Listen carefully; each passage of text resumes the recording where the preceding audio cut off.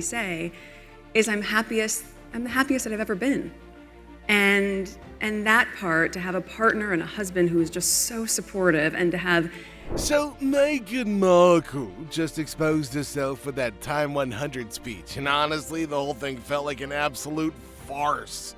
I mean, she stood there with the biggest smile on her face, telling the world she's the happiest she's ever been. Oh my god. And all I can really think the entire time is, for serious? Like, are we just supposed to ignore everything horrible that's been going on in your dumpster fire of a PR life and all your failed projects? You're like King Midas, except the opposite. Everything you touch turns to crap. Because, man, from where we're sitting, that whole speech looked more like a PR stunt than anything close to a heartfelt moment. She's at a podcast she got because of her husband, and everything has been mid. Her products are mid, the reception is mid, everything is mid. So she hasn't had this great success. She thinks she has, but it's really not there. Meghan struts onto the Time100 stage, looking like a walking Pinterest board. No, for realsies, I'm not over-exaggerating. I'm talking elegant gown, flawless hair, that signature soft-spoken voice she uses when she wants to sound inspirational, baby. Oh god, and let's be real, she knows how to command a room, I'll give her that. She's been doing this since the Suits days. But this wasn't just a speech, this was performative, and every detail felt meticulously planned. She opens up her mouth and out it comes. I don't mean soup, I'm talking about her nonsense. I'm just so happy right now. This is the happiest I've ever been. You did the oldest trick in the book, Meghan Markle. You married a rich man who gave you everything. That's it. That's all Meghan Markle can tell you is marry a rich man. Because she couldn't do this on her own. She's done none of this on her own. Everything is because of her husband. This is why she married him. Okay, now pause and think about that for a second. Happier than her wedding day? Happier than becoming a momsies? Happier than when she and Harry escaped the so-called toxic palace life for that Montecito mansion and Netflix millions? Come on, man, it felt like a line ripped straight out of a Hallmark script. I would know, my mom's a boomer. Okay, sure, it was meant to predict strength, growth, and positivity, bro. But instead it came off as tone deaf, especially considering everything that's been swirling around her stinking face lately. Oh, and the rest of the speech, well, it was stuffed with the usual Meghan vocabulary. Words just like impact can learn that the empowerment and growth process. Yeah, they were all sprinkled in there like friggin' confetti. But where was the actual substance? She didn't address any real issues, she didn't speak up on any current challenges she's facing, or give us anything raw and honest. It was glossy, generic, and vague, like somebody giving a TED Talk about a brand they haven't even figured out yet. Oh, and let's not forget the real reason she was there, to tease her new lifestyle brand, American Riviera Orchard. A little bit more on that train wreck later. Now, if Meghan thought this speech was gonna win people back, spoiler alert, it didn't. Social media was brutal AF. I mean, more than it is on any day that ends in Y. People weren't just skeptical penguins, they were outright laughing at her. One comment on Twitter or X or whatever the hell you want to call it these days said it best. Meghan Markle says she's the happiest she's ever been. Yes, she looks like she's trying not to blink too hard in case her PR mask slips. Sizzling hot. Another said, this woman went from crying on Oprah to selling jam with a fake smile. What a timeline. I mean, if you actually think about the timeline we live in, sort of makes sense.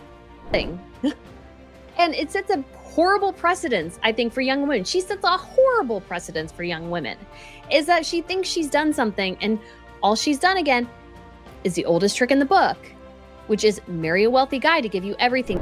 And honestly, the backlash wasn't just random trolling either. It's rooted in something real. People feel like they've been watching a rerun of the same show. Meghan and Harry claiming they want privacy, then turning around and dropping documentaries, memoirs, podcasts, brand launches, and now this speech. More tonight at 9. Ugh, it's the classic, We want our privacies. chant. You guys remember the South Park episode? Yeah, that still lives rent-free in everybody's head because it nailed the hypocrisy. They mocked Harry and Meghan running around with signs screaming, "We want privacy," while doing interviews, magazine spreads, and every public event underneath the flippity sun. And what do we have here now? Meghan on stage, center spotlight, smiling like she's just won a Nobel Prize. While subtly promoting her new luxury venture, of course. The South Park writers have gotta be taking notes for their next season. But here's where things get really interesting, because this Time 100 appearance wasn't a one-off. It was just the latest stop in Meghan's ongoing PR tour. And if you've been paying attention, her public image has done more flippity flops than Simone Biles or a drunk fish out of water. And so her mom was the only one willing to go along with the narrative. And so she went along with that. And they didn't show up there at all. So you can't say family. It was only friends, only new friends too, for the most part. Most of these people she's met in the last couple of years. Long-term friends.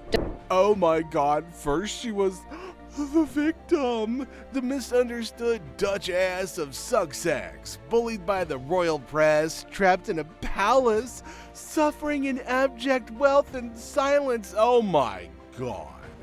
And then she gave us that heartbreaking Oprah interview, told us all about racism in the firm, and won public sympathy. Yeah, until she ruined that too. Then she shifted into activist mode. She was giving speeches, launching charity efforts, and starting podcasts about female empowerment. Though honestly, we're still wondering what happened to Archetypes. Anybody remember that? No? And now she's pivoting again. Introducing Lifestyle Gum. With a G, you guys. Oh, Meghan. She's soft launching her own version of Goop with a fancy Instagram page and a golden logo, teasing jams, jellies, and God only knows what the frick else. From Royal Escapee to Montecito Martha Stewart. But here's the thing, the real kicker. None of these rebrands have actually stuck. Why? Because they all feel like PR strategies rather than authentic evolution. It's like she's trying to test different costumes to see which one the public likes the best. Spoiler alert, none of them are getting a standing ovation. And while Meghan's giving polished speeches about happiness and authenticity, real life tells a messier story. Ongoing legal battles, Harry's rocky relationship with his fam, their Spotify deal getting axed, her popularity tanking in the UK and not doing much better in the US. It's like trying to slap a band-aid on a chainsaw wound that, needs fixing.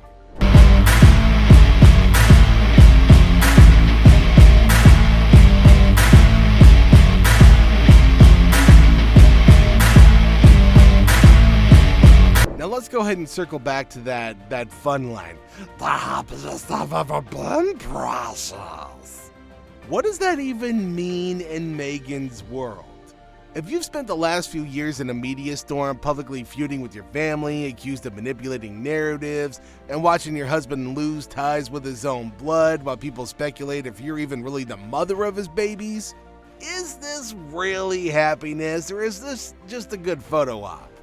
George, a lot of the people are wondering if this whole speech was less about joy and more about marketing.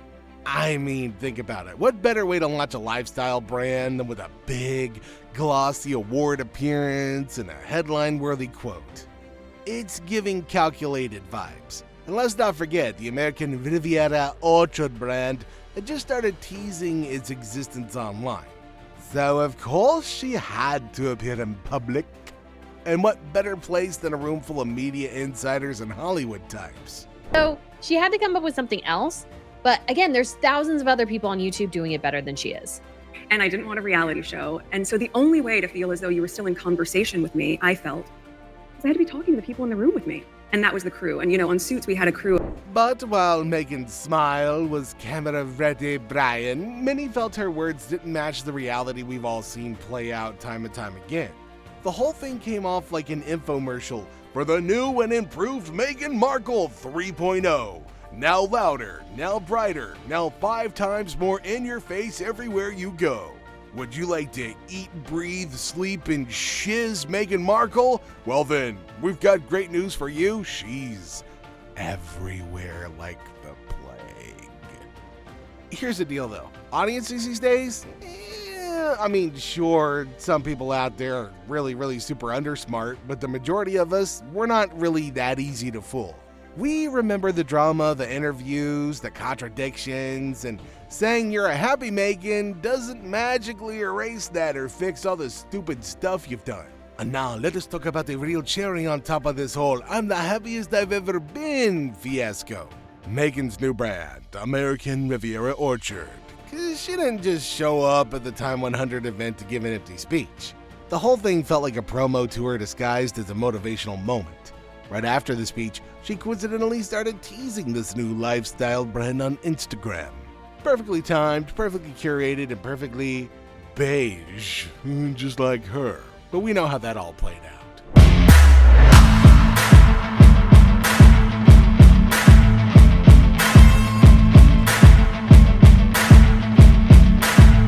She didn't even say the name outright during the speech, but the hints were there. The polished look, the vibe, the soft launch, and of course, a couple weeks later, influencer buddies of hers started posting pictures of gift baskets that she'd sent them with jam. Which I never finished. I gotta finish it for the members. I'm so sorry.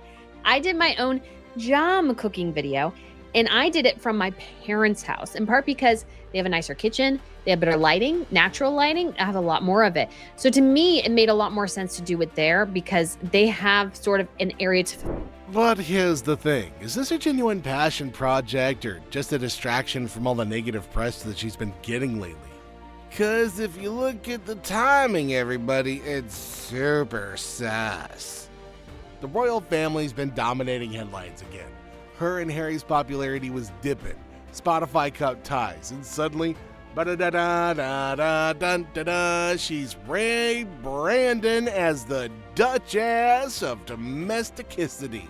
Honestly, it's giving Gwyneth Paltrow cosplay vibes, you know? Like a super fan who wants to be Gwynny. You know, it's like she saw Goop and thought, I could totally do this better, my precious. With better lighting and fewer candles that smell like my hoo-hoo.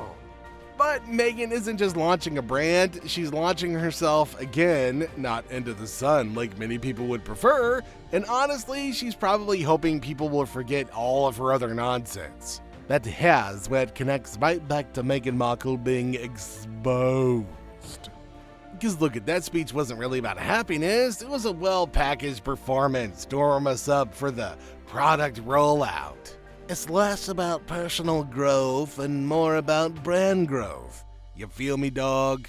In the public, well, let's just say that we're not lining up to buy overpriced jam.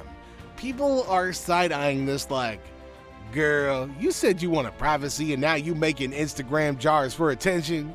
It's kind of hard to take a brand seriously when it's built on top of so much public contradiction, especially when the timing makes it look like a gigantic smokescreen. Sure, Jan, sure. When you think of Meghan, do you guys think of happiness? No, me neither. Okay. So at the time of this recording, and I'm recording this in the middle of the night or early morning, Saturday morning, that's why Let us be honest. Living under a microscope 24/7 has got to be exhausting. Constant headlines, judgment from strangers, royal family drama, being parodied on South Park, myself over here making nonstop content about how ridiculous she is.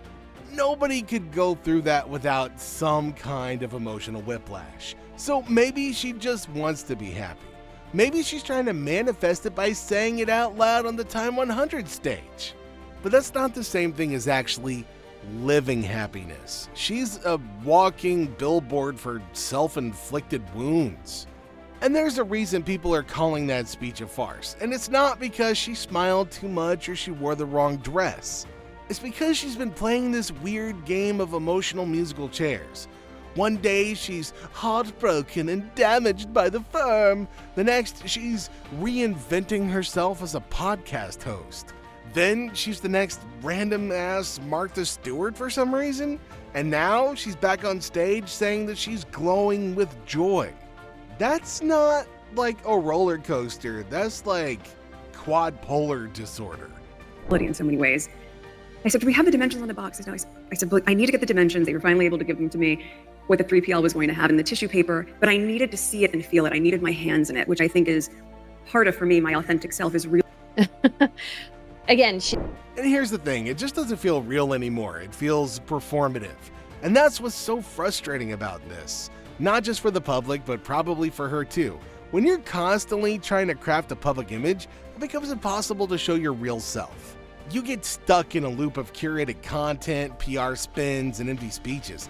And eventually the line between what's real and what's marketing starts to blur and suck. That moment, the happiest I've ever been declaration, was supposed to be a fresh chapter, a reset, a moment of lightness after all the heaviness.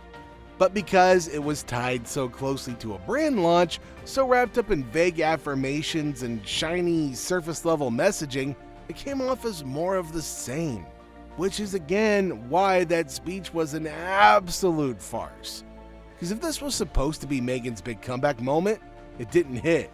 It flopped harder than a drunk Magikarp on drugs. So where does that leave us? Meghan Markle stood on that Time100 stage, beaming and telling the world that she's never been happier. But when you strip away the glam and you look at what's really going on, the constant reinvention, the carefully timed brand drops, the bizarre disconnect between her words and her actions, it's kind of hard not to see it for what it really is. A performance. A farce. A glossy, beige-colored attempt at staying relevant in a world that's grown tired of the same old nonsense. All the tissue paper. why? Have somebody do this for you. Who cares? Who cares? That's so innocuous. And look, maybe she really is happy, even though American Riviera Orchard had to get rebranded into As Ever, aka another Princess Diana clone. But when happiness becomes a PR talking point and speeches become ads, it's fair to ask, who is this really for? Is this for the people or for the cameras?